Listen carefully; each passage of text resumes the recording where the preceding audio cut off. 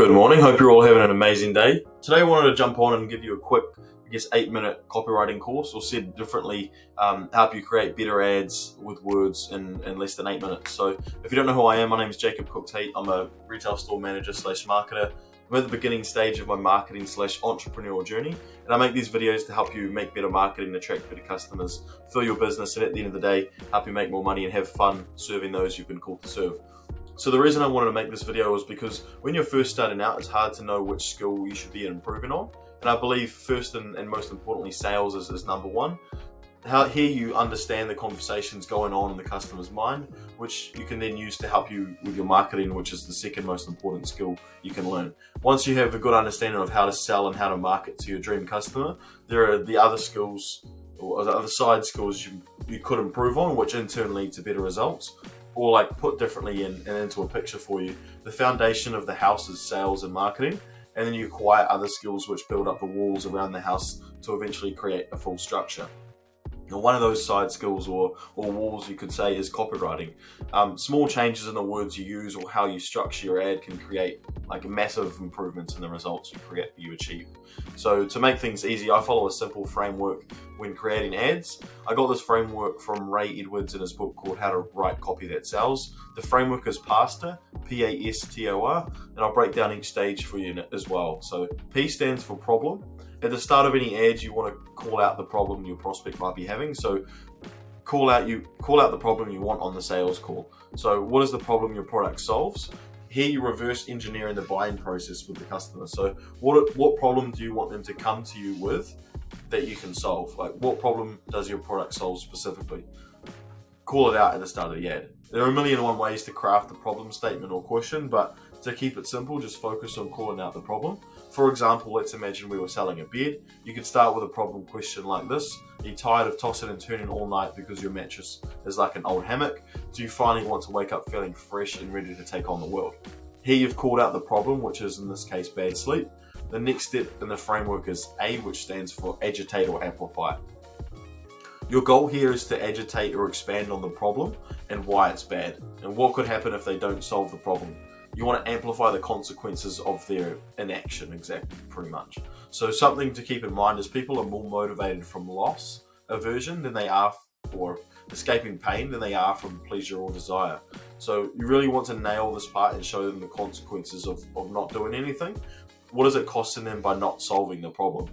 Continuing on with our bed example, you could say something like, according to consumer research, 2 in 5 people say they suffer from bad sleep, and at least 3 times per week. Sleep deficiency has been linked to many chronic health disorders, including heart disease, stroke, and depression. And then, so once you've done that, you've amplified the problem and the consequences of not taking action. The next step is yes, or your story or your solution. Once you've amplified the problem and the consequences of an action, you can now share the solution of how you intend to solve the problem for them.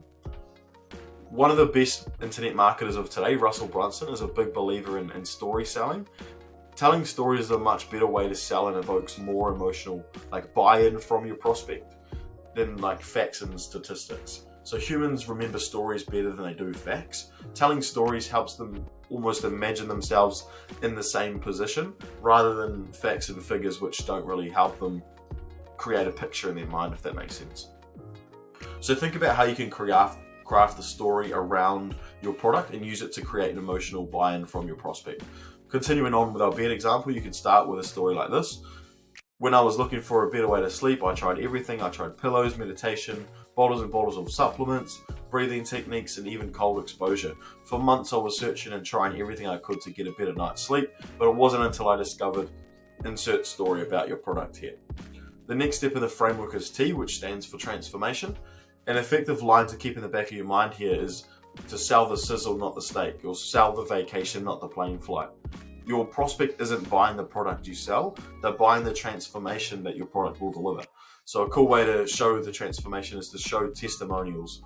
Do you have real life examples of people who have had the same journey as the prospect you're talking to? Have you had testimonials come through from past prospects pretty much? Think about every infomercial you've ever seen. 90% of the presentation is testimonials of past clients. They show where they started, what they thought of the product, and where they are now because of the product. Humans fast track their decision-making process by following what other similar people have done. Because humans have a fear of making bad decisions, using social proof is a powerful way to show that your product does what it says it does, that you can deliver the result you're promising, and that other people have been able to achieve the transformation that they want. So once you've shown testimonials of what might be able to happen if they do go with you, the next step is O, which stands for offer.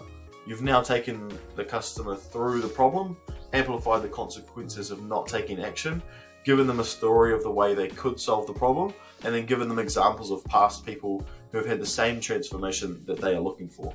So now it's time to, I guess, make them an offer. In simple terms, what are you offering them as the solution to their problem? What exactly are you selling them? Here you break down the terms and logistics of the offer as well. So what's the price? What do they get? How will it be delivered? What happens if they don't like the product or if it doesn't do what you say it will?